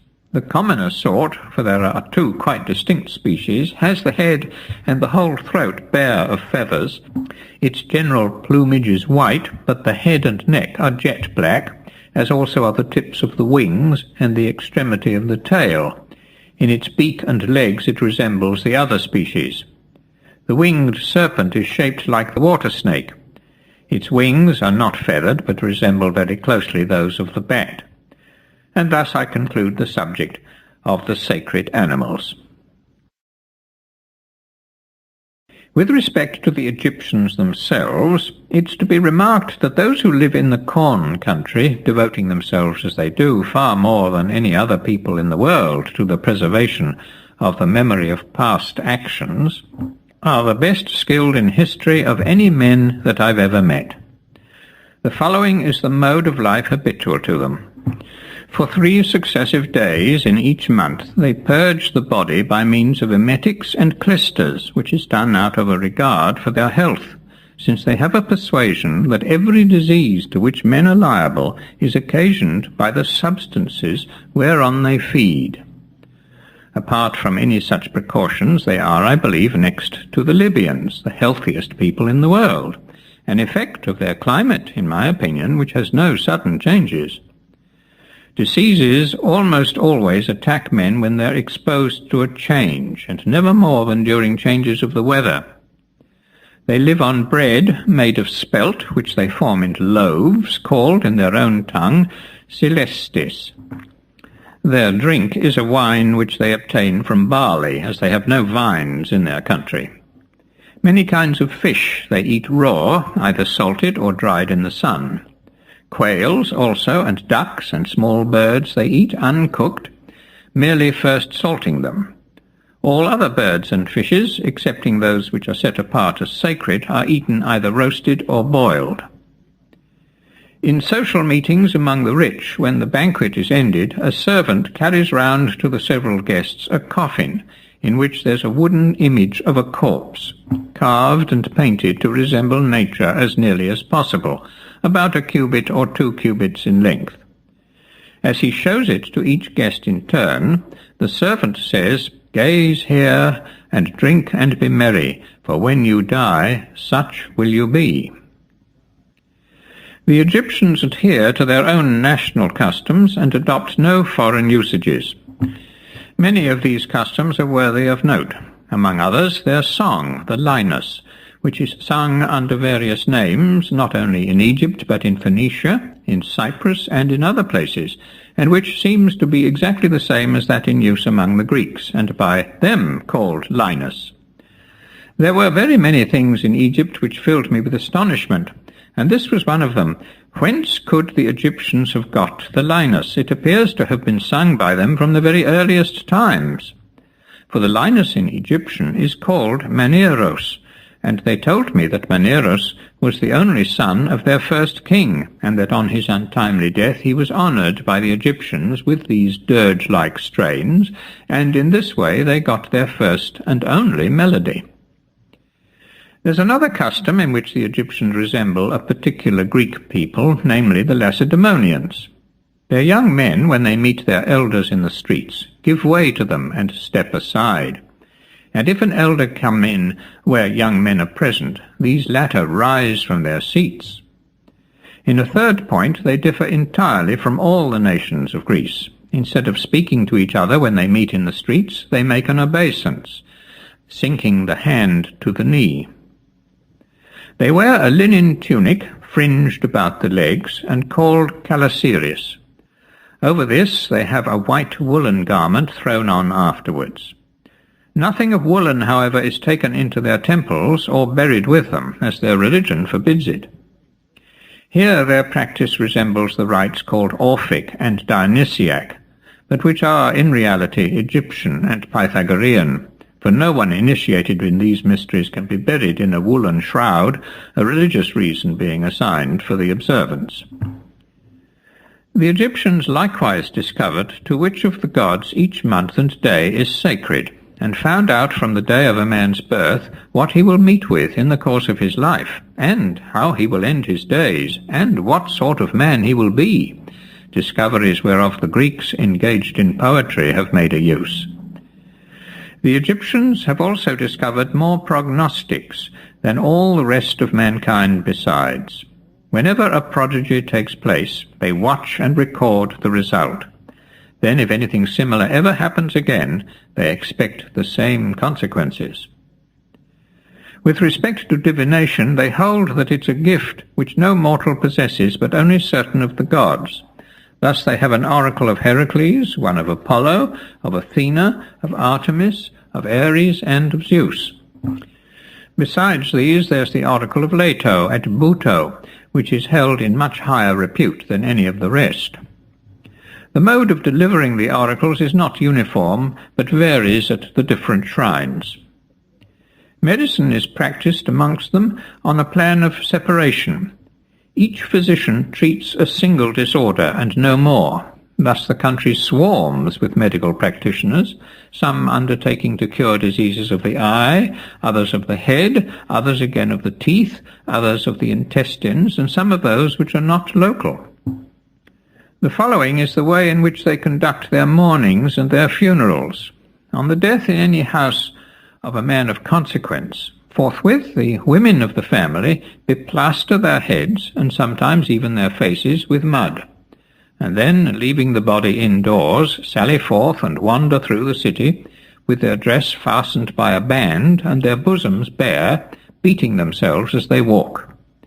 All the female relations join them and do the same. The men, too, similarly begirt, beat their breasts separately. When these ceremonies are over, the body is carried away to be embalmed. There are a set of men in Egypt who practice the art of embalming and make it their proper business. These persons, when a body is brought to them, show the bearers various models of corpses made in wood and painted so as to resemble nature. The most perfect is said to be after the manner of him whom I do not think it religious to name in connection with such a matter. The second sort is inferior to the first and less costly. The third is the cheapest of all. All this the embalmers explain, and then ask in which way it's wished that the corpse should be prepared. The bearers tell them, and having concluded their bargain, take their departure, while the embalmers, left to themselves, proceed to their task. The mode of embalming, according to the most perfect process, is the following. They take first a crooked piece of iron, and with it draw out the brain through the nostrils, thus getting rid of a portion, while the skull is cleared of the rest by rinsing with drugs. Next they make a cut along the flank with a sharp Ethiopian stone, and take out the whole contents of the abdomen, which they then cleanse, washing it thoroughly with palm wine, and again frequently with an infusion of pounded aromatics. After this they fill the cavity with the purest bruised myrrh, with cassia and every other sort of spicery, except frankincense, and sew up the opening. Then the body is placed in natrum for 70 days and covered entirely over. After the expiration of that space of time, which mustn't be exceeded, the body is washed and wrapped round from head to foot with bandages of fine linen cloth, smeared over with gum, which is used generally by the Egyptians in the place of glue, and in this state it's given back to the relations, who enclose it in a wooden case which they've had made for the purpose, shaped into the figure of a man. Then, fastening the case, they place it in a sepulchral chamber upright against the wall. Such is the most costly way of embalming the dead. If persons wish to avoid expense and choose the second process, the following is the method pursued. Syringes are filled with oil made from the cedar tree, which is then, without any incision or disemboweling, injected into the abdomen. The passage by which it might be likely to return is stopped, and the body laid in natrum the prescribed number of days. At the end of the time, the cedar oil is allowed to make its escape, and such is its power that it brings with it the whole stomach and intestines in a liquid state. The natrum, meanwhile, has dissolved the flesh, and so nothing is left of the dead body but the skin and the bones. It's returned in this condition to the relatives without any further trouble being bestowed upon it. The third method of embalming, which is practiced in the case of the poorer classes, is to clear out the intestines with a clyster and let the body lie in natrum the 70 days, after which it's at once given to those who come to fetch it away. The wives of men of rank are not given to be embalmed immediately after death, nor indeed are any of the more beautiful and valued women. It's not till they've been dead 3 or 4 days that they're carried to the embalmers. This is done to prevent indignities from being offered them. It's said that once a case of this kind occurred, the man was detected by the information of his fellow workmen. Whensoever anyone, Egyptian or foreigner, has lost his life by falling a prey to a crocodile or by drowning in the river, the law compels the inhabitants of the city near which the body is cast up to have it embalmed and to bury it in one of the sacred repositories with all possible magnificence. No one may touch the corpse, not even any of the friends or relatives, but only the priests of the Nile, who prepare it for burial with their own hands, regarding it as something more than the mere body of a man, and to themselves lay it in the tomb. The Egyptians are averse to adopt Greek customs, or, in a word, those of any other nation. This feeling is almost universal among them. At Chemis, however, which is a large city in the Thebaic canton near Neapolis, there's a square enclosure sacred to Perseus, son of Danae.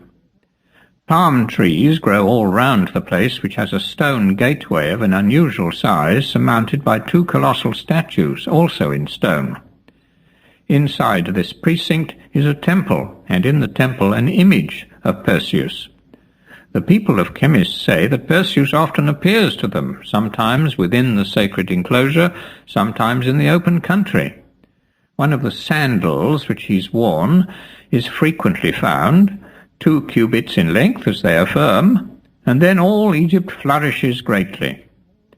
In the worship of Perseus, Greek ceremonies are used. Gymnastic games are celebrated in his honor, comprising every kind of contest, with prizes of cattle, cloaks, and skins. I made inquiries of the Chemites why it was that Perseus appeared to them and not elsewhere in Egypt, and how they came to celebrate gymnastic contests unlike the rest of the Egyptians, to which they answered that Perseus belonged to their city by descent. Danaus and Lynceus were Chemites before they set sail for Greece, and from them Perseus was descended. They said, tracing the genealogy, and he, when he came to Egypt for the purpose, which the Greeks also assign, of bringing away from Libya the Gorgon's head, paid them a visit, and acknowledged them for his kinsmen. He had heard the name of their city from his mother before he left Greece, and bade them institute a gymnastic contest in his honor, and that was the reason why they observed the practice. The customs hitherto described are those of the Egyptians who live above the marsh country. The inhabitants of the marshes have the same customs as the rest, as well in those matters which have been mentioned above, as in respect of marriage, each Egyptian taking to himself, like the Greeks, a single wife. But for greater cheapness of living, the marsh men practice certain peculiar customs, such as these following. They gather the blossoms of a certain water lily, which grows in great abundance all over the flat country at the time when the Nile rises and floods the regions along its banks. The Egyptians call it the lotus. They gather, I say, the blossoms of this plant and dry them in the sun, after which they extract from the center of each blossom a substance like the head of a poppy, which they crush and make into bread. The root of the lotus is likewise eatable, and has a pleasant sweet taste. It's round and about the size of an apple. There's also another species of the lily in Egypt, which grows like the lotus in the river and resembles the rose. The fruit springs up side by side with the blossom on a separate stalk, and has almost exactly the look of the comb made by wasps. It contains a number of seeds about the size of an olive stone, which are good to eat, and these are eaten both green and dried.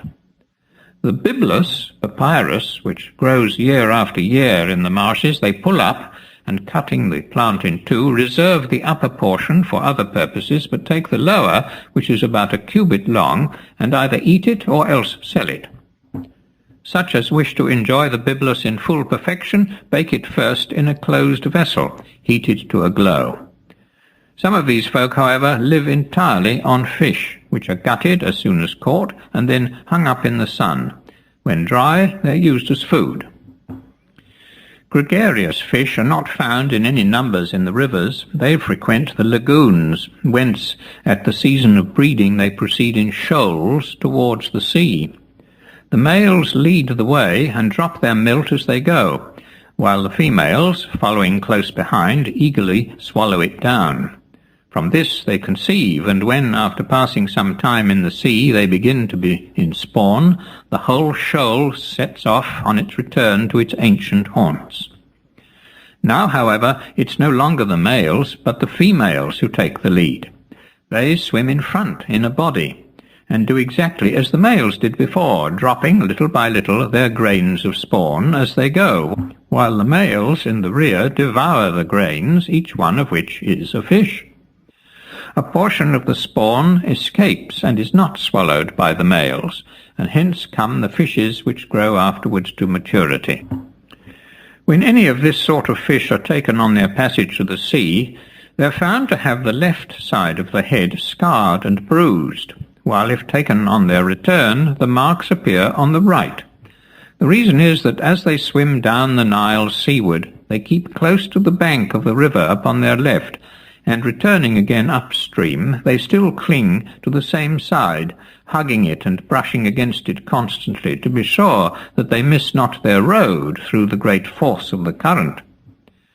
When the Nile begins to rise, the hollows in the land and the marshy spots near the river are flooded before any other places by the percolation of the water through the river banks, and these, almost as soon as they become pools, are found to be full of numbers of little fishes. I think that I understand how it is this comes to pass. On the subsidence of the Nile the year before, though the fish retired with the retreating waters, they had first deposited their spawn in the mud upon the banks, and so when at the usual season the water returns, small fry are rapidly engendered out of the spawn of the preceding year. So much concerning the fish. The Egyptians who live in the marshes use for the anointing of their bodies an oil made from the fruit of the silicyprium, which is known among them by the name of kiki. To obtain this, they plant the silicyprium, which grows wild in Greece, along the banks of the rivers and by the sides of the lakes, where it produces fruit in great abundance, but with a very disagreeable smell. This fruit is gathered and then bruised and pressed, or else boiled down after roasting. The liquid which comes from it is collected and is found to be unctuous, and as well suited as olive oil for lamps, only that it gives out an unpleasant odour. The contrivances which they use against gnats, wherewith the country swarms, are the following. In the parts of Egypt above the marshes, the inhabitants pass the night upon lofty towers, which are of great service, as the gnats are unable to fly to any height on account of the winds. In the marsh country, where there are no towers, each man possesses a net instead. By day it serves him to catch fish, while at night he spreads it over the bed in which he is to rest, and creeping in, goes to sleep underneath. The gnats, which if he rolls himself up in his dress or in a piece of muslin are sure to bite through the covering, don't so much as attempt to pass the net. The vessels used in Egypt for the transport of merchandise are made of the acantha, thorn. a tree which in its growth is very like the Cyrenaic lotus, and from which there exudes a gum. They cut a quantity of planks, about 2 cubits in length, from this tree, and then proceed to their shipbuilding, arranging the planks like bricks, and attaching them by ties to a number of long stakes or poles till the hull is complete, when they lay the cross planks on the top from side to side. They give the boats no ribs, but caulk the seams with papyrus on the inside. Each has a single rudder, which is driven straight through the keel. The mast is a piece of acantha wood, and the sails are made of papyrus. These boats can't make way against the current unless there's a brisk breeze. They are therefore towed upstream from the shore. Downstream they're managed as follows. There's a raft belonging to each, made of the wood of the tamarisk, fastened together with a watling of reeds, and also a stone bored through the middle about 2 talents in weight. The raft is fastened to the vessel by a rope and allowed to float down the stream in front, while the stone is attached by another rope astern. The result is that the raft, hurried forward by the current, goes rapidly down the river and drags the baris, for so they call this sort of boat, after it, while the stone, which is pulled along in the wake of the vessel and lies deep in the water, keeps the boat straight. There are a vast number of these vessels in Egypt, and some of them are of many thousand talents burthen. When the Nile overflows, the country is converted into a sea, and nothing appears but the cities, which look like the islands in the Aegean. At this season, boats no longer keep the course of the river, but sail right across the plain. On the voyage from Naucratis to Memphis at this season, you pass close to the pyramids, whereas the usual course is by the apex of the delta and the city of Cherkassaurus. You can sail also from the maritime town of Canobus across the flat to Naucratis, passing by the cities of Anthilla and Archandropolis. The former of these cities, which is a place of note, is assigned expressly to the wife of the ruler of Egypt, for the time being, to keep her in shoes. Such has been the custom ever since Egypt fell under the Persian yoke. The other city seems to me to have got its name of Archandropolis from Arcander the Thean, son of Archaeus and son-in-law of Danaus. There might certainly have been another Arcander, but at any rate the name is not Egyptian. Thus far I've spoken of Egypt from my own observation, relating what I myself saw, the ideas that I formed, and the results of my own researches. What follows rests on the accounts given me by the Egyptians, which I shall now repeat, adding thereto some particulars which fell under my own notice. The priests said that Mene was the first king of Egypt, and that it was he who raised the dike which protects Memphis from the inundations of the Nile. Before his time the river flowed entirely along the sandy ridge of hills which skirts Egypt on the side of Libya. He, however, by banking up the river at the bend which it forms about 100 furlongs south of Memphis, laid the ancient channel dry while he dug a new course for the stream halfway between the 2 lines of hills. To this day the elbow which the Nile forms at the point where it's forced aside into the new channel is guarded with the greatest care by the Persians and strengthened every year, for if the river were to burst out at this place and pour over the mound, there would be danger of Memphis being completely overwhelmed by the flood. Mene, the first king, having thus by turning the river made the tract where it used to run dry land, proceeded in the first place to build the city now called Memphis, which lies in the narrow part of Egypt, after which he further excavated a lake outside the town to the north and west, communicating with the river, which was itself the eastern boundary. Besides these works, he also, the priests said, built the temple of Hephaestus, which stands within the city, a vast edifice very worthy of mention. Next they read me from a papyrus the names of 330 monarchs, who, they said, were his successors upon the throne. In this number of generations there were 18 Ethiopian kings and 1 queen who was a native. All the rest were kings and Egyptians. The queen bore the same name as the Babylonian princes, namely Nitocris. They said that she succeeded her brother. He'd been king of Egypt and was put to death by his subjects, who then placed her upon the throne. Bent on avenging his death, she devised a cunning scheme by which she destroyed a vast number of Egyptians. She constructed a spacious underground chamber, and on pretence of inaugurating it, contrived the following. Inviting to a banquet those of the Egyptians whom she knew to have had the chief share in the murder of her brother, she suddenly, as they were feasting, let the river in upon them by means of a secret duct of large size. This and this only did they tell me of her, except that when she'd done as I've said, she threw herself into an apartment full of ashes, that she might escape the vengeance, whereto she would otherwise have been exposed. The other kings, they said, were personages of no note or distinction, and left no monuments of any account, with the exception of the last, who was named Moiris. He left several memorials of his reign: the northern gateway of the temple of Hephaestus, the lake excavated by his orders, whose dimensions I shall give presently, and the pyramids built by him in the lake, the size of which will be stated when I describe the lake itself wherein they stand. Such were his works. The other kings left absolutely nothing.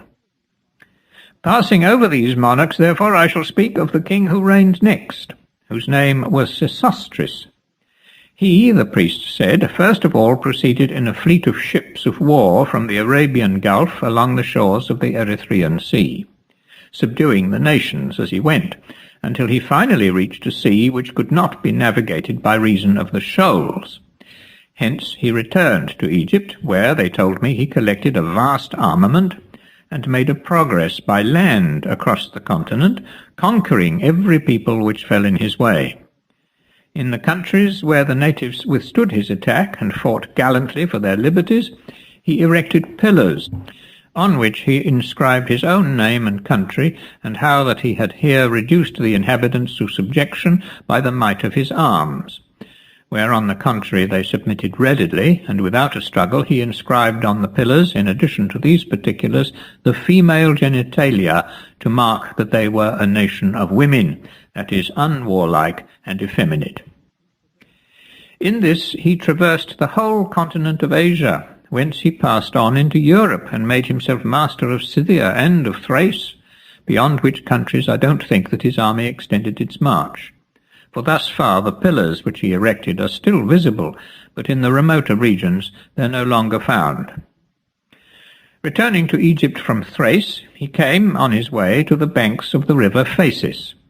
Here I can't say with any certainty what took place. Either he of his own accord detached a body of troops from his main army and left them to colonize the country, or else a certain number of his soldiers, wearied with their long wanderings, deserted and established themselves on the banks of this stream. There can be no doubt that the Colchians are an Egyptian race. Before I heard any mention of the fact from others, I had remarked it myself. After the thought had struck me, I made inquiries on the subject both in Colchis and in Egypt, and I found that the Colchians had a more distinct recollection of the Egyptians than the Egyptians had of them. Still, the Egyptians said that they believed the Colchians to be descended from the army of Sesostris.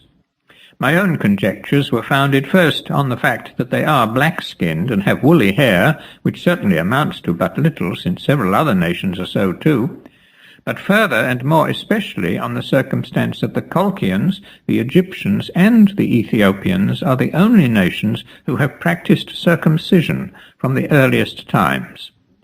The Phoenicians and the Syrians of Palestine themselves confess that they learnt the custom of the Egyptians, and the Syrians who dwell about the rivers Thermodon and Parthenius, as well as their neighbours the Macronians, say that they have recently adopted it from the Colchians. Now these are the only nations who use circumcision, and it's plain that they all imitate herein the Egyptians. With respect to the Ethiopians, indeed, I can't decide whether they learnt the practice of the Egyptians or the Egyptians of them. It's undoubtedly of very ancient date in Ethiopia, but that the others derived their knowledge of it from Egypt is clear to me from the fact that the Phoenicians, when they come to have commerce with the Greeks, cease to follow the Egyptians in this custom and allow their children to remain uncircumcised. I'll add a further proof to the identity of the Egyptians and the Colchians. These two nations weave their linen in exactly the same way, and this is a way entirely unknown to the rest of the world. They also, in their whole mode of life and in their language, resemble one another. The Colchian linen is called by the Greeks Sardinian, while that which comes from Egypt is known as Egyptian. The pillars which Sesostris erected in the conquered countries have for the most part disappeared, but in the part of Syria called Palestine I myself saw them still standing, with the writing above mentioned and the emblem distinctly visible. In Ionia also there are two representations of this prince engraved upon rocks, one on the road from Ephesus to Phocaea, the other between Sardis and Smyrna,